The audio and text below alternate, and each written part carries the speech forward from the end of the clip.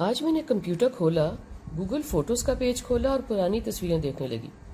بچپن کی، لڑکپن کی، جوانی کی، آبادی کی اور بربادی کی، سفروں کی، تہواروں کی، بہاروں کی، خزاؤں کی، ہر تصویر پر اگتی جاتی تھی۔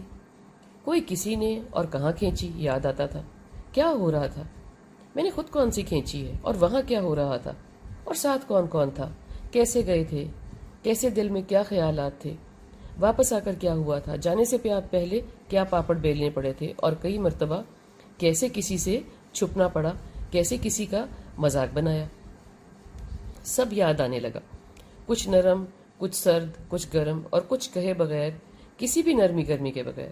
ہاں، ایک بات ہر تصویر میں نے مشترک دیکھی، میں نے خود کو موجود کہیں نہیں دیکھا، بس میرا وجود تھا، میں کہاں تھی؟ ویسے میں ان سفروں میں، ان تہواروں میں، اور ان کھانوں اور گانوں میں، ان بہانوں میں ہوتی تو تھی، ہوتی نہیں بھی تھی۔ مجھے خود کا معلوم تو تھا اور ہے بھی، مگر بے جان تصویر خود میں اس قدر جان رکھتی ہیں، میں تو گھبرا گئی۔ کیا واقعی تصویروں میں جان ڈالنی پڑے گی؟ ویسے جان کیا ڈالنی پڑے گی، یہ تو آج بھی بول رہی ہیں، مگر ہے سب کچھ بہت خطرناک۔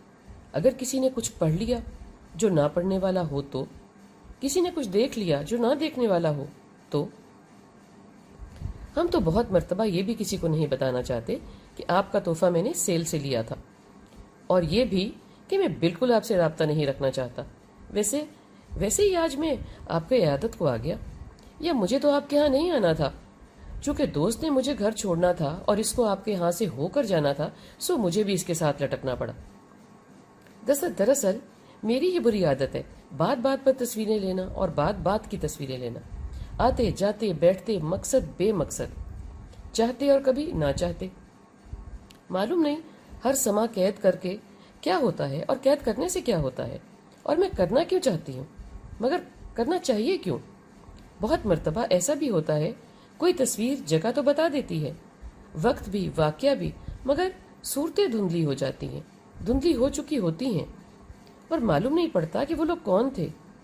اس سب دہرائی کے باوجود یہ اس قدر زندہ اور وقت بند شبیہ کے ساتھ، معلوم نہیں، مگر ہو سکتا ہے وہ لوگ، وہ چہرے بھی میری طرح وجود ہوں اور موجود نہ ہوں، کیونکہ صرف وہی دھندلے ہوئے ہیں، باقی سب تو حیات سے بھرپور ہے اور موجود ہے۔ ہم کہتے ہیں الفاظ زندہ رہتے ہیں، تو ابھی بھی خیال میں آیا کہ اگر جان ڈالنی ہوگی تو پھر تو الفاظ میں بھی ڈالنی ہوگی نا، مگر لکھنے کی تو کہیں بھی کوئی ممانعت نہیں ہوئی، کبھی کسی نے کوئی ممانعت کی بھی نہیں، اور کوئی فتویٰ بھی صادر نہیں ہوا۔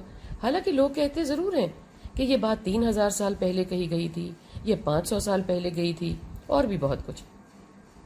اور باتوں سے ہی تو لوگ شبیہ بناتے ہیں نا، جیسے باتیں بناتے ہیں ویسی تصویریں بناتے ہیں۔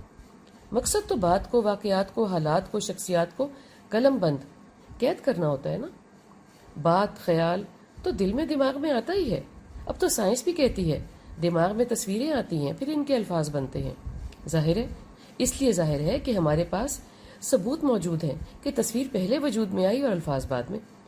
سو اگر ہم کسی لکھی پہ پکڑے نہیں جائیں گے تو تصویر پر بھی نہیں، اس لیے کہ تصویر سے ہی الفاظ بنتے ہیں نا۔ میرے الفاظ، میرے لفظ مجھے تو وہی سیر کراتے ہیں جو میرے کیمرے کی کلک کراتی ہے۔